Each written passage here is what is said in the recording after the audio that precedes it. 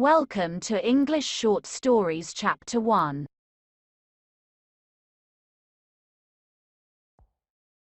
1. Never fight over trifles. It was high summer. A traveler hired a donkey and set out on a journey. The owner of the donkey was following behind to drive the beast. At midday, they decided to take rest for some time but couldn't find any shady place around. So, the traveler decided to rest in the shade of the donkey. But the owner didn't let him do so as he himself wanted to sit in its shadow. The traveler said, "How can you refuse me the shadow? I have paid you money after all. But you have paid for the ride, not for resting in his shadow," retorted the owner. So, an argument followed between the two. When the donkey saw that the owner and the hirer were busy fighting, he took to his heels and was soon out of sight. 2. Better bent than broken. Once a huge oak tree stood on the bank of a river. It was well nourished by the water of the river. Naturally, it was very strong and had a thick stem. Just nearby grew some reeds with thin but flexible stems. They stood almost half in water and had flourished well too. One day, strong winds blew. The tree, though huge and strong, broke from the middle and was thrown across the stream just among the reeds. On the other hand, the tree was very surprised to see that the reeds suffered no harm at all.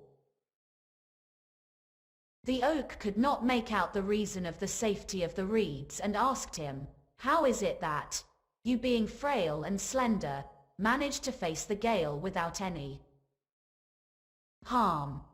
But I, strong enough, have been broken." The reeds replied, "You were proud of your strength and refused to bend. So, you broke while we bowed and yielded to the gale and were spared." 3. A coward can't teach courage. Once there lived a hind in a forest. She had a son who had grown very young and strong. She was very happy to see his stout body and branched strong horns and thought, "Stags have powerful horns, why should they be afraid of hounds, wolves then? It's sheer cowardice. I would never like my son to do it at all." After some time, the hind's son came there. The hind wanted to teach him to be courageous. She said, "Son, you have a stout body and strong horns. So, you must not run away from hounds and wolves. Don't be a coward." "Okay, Mom." "I won't," said the stag. Just then the mother and the son heard the bark of the hounds. The hind got ready to run away when her son asked her to stay on.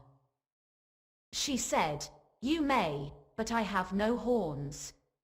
Saying so, she ran as fast as she could. The mother herself was a coward and was teaching courage to her son. What a satire! 4. Belling the cat. Long ago, the mice had a general council to consider what measures they could take to outwit their common enemy, the cat. Some said this, and some said that. But at last a young mouse got up and said he had a proposal to make, which he thought would meet the case. "You will all agree," said he, "that our chief danger consists in the sly and treacherous manner in which the enemy approaches us.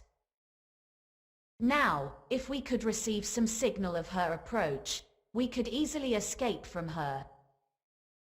I venture, therefore, to propose that a small bell be procured, and attached by a ribbon round the neck of the cat. By this means we should always know when she was about, and could easily retire while she was in the neighborhood. This proposal met with general applause, until an old mouse got up and said, "That is all very well, but who is to bell the cat?" The mice looked at one another and nobody spoke. Then the old mouse said, "It is easy to propose impossible remedies." 5. The Rat and the Elephant. A rat was traveling along the king's highway. He was a very proud rat, considering his small size and the bad reputation all rats have. As Mr. Rat walked along, he kept mostly to the ditch. He noticed a great commotion up the road, and soon a grand procession came in view. It was the king and his retinue. The king rode on a huge elephant adorned with the most gorgeous trappings. With the king in his luxurious howdah were the royal dog and cat. A great crowd of people followed the procession. They were so taken up with admiration of the elephant, that the rat was not noticed. His pride was hurt.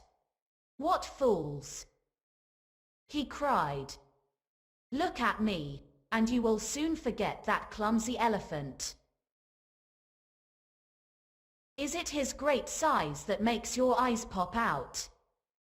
Or is it his wrinkled hide? Why, I have eyes and ears and as many legs as he.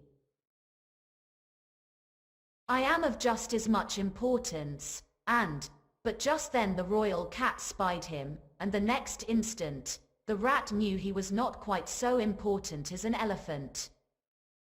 A resemblance to the great in some things does not make us great. 6. The Jay and the Peacock. A jay venturing into a yard where peacocks used to walk, found there a number of feathers which had fallen from the peacocks when they were molting. He tied them all to his tail and strutted down towards the peacocks. When he came near them, they soon discovered the cheat, and striding up to him pecked at him and plucked away his borrowed plumes. So the jay could do no better than go back to the other jays, who had watched his behavior from a distance.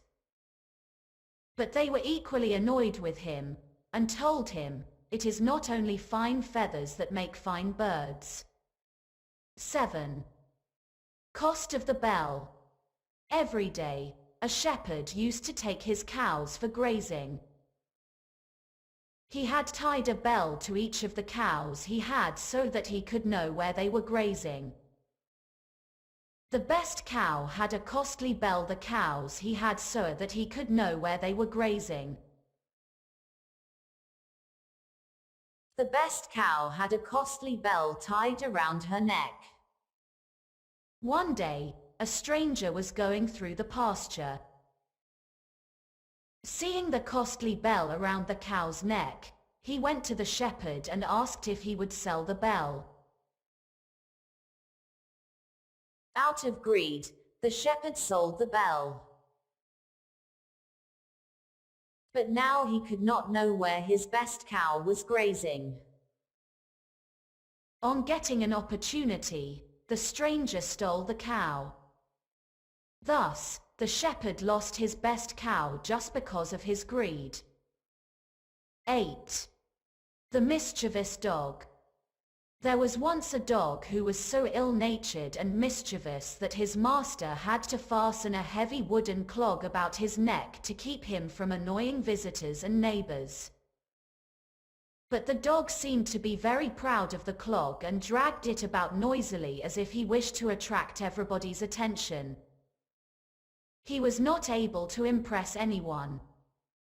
"You would be wiser," said an old acquaintance, "to keep quietly out of sight with that clog. Do you want everybody to know what a disgraceful and ill-natured dog you are?" Notoriety is not fame. 9.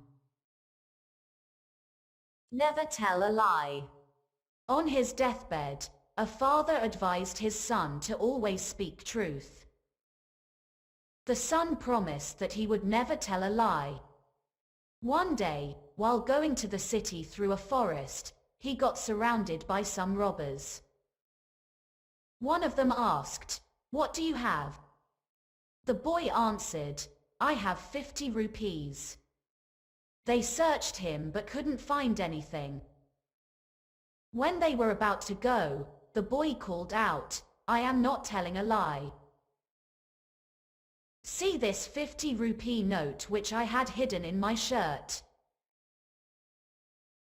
The leader of the robbers felt pleased at the truthfulness of the boy, gave him 100 rupees as reward and went away.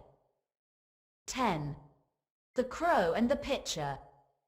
In a spell of dry weather, when the birds could find very little to drink, a thirsty crow found a pitcher with a little water in it.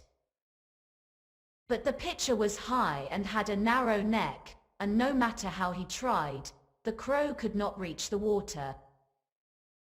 The poor thing felt as if he must die of thirst. Then an idea came to him. Picking up some small pebbles, he dropped him into the pitcher one by one. With each pebble the water rose a little higher until at last it was near enough so he could drink. In a pinch a good use of our wits may help us out.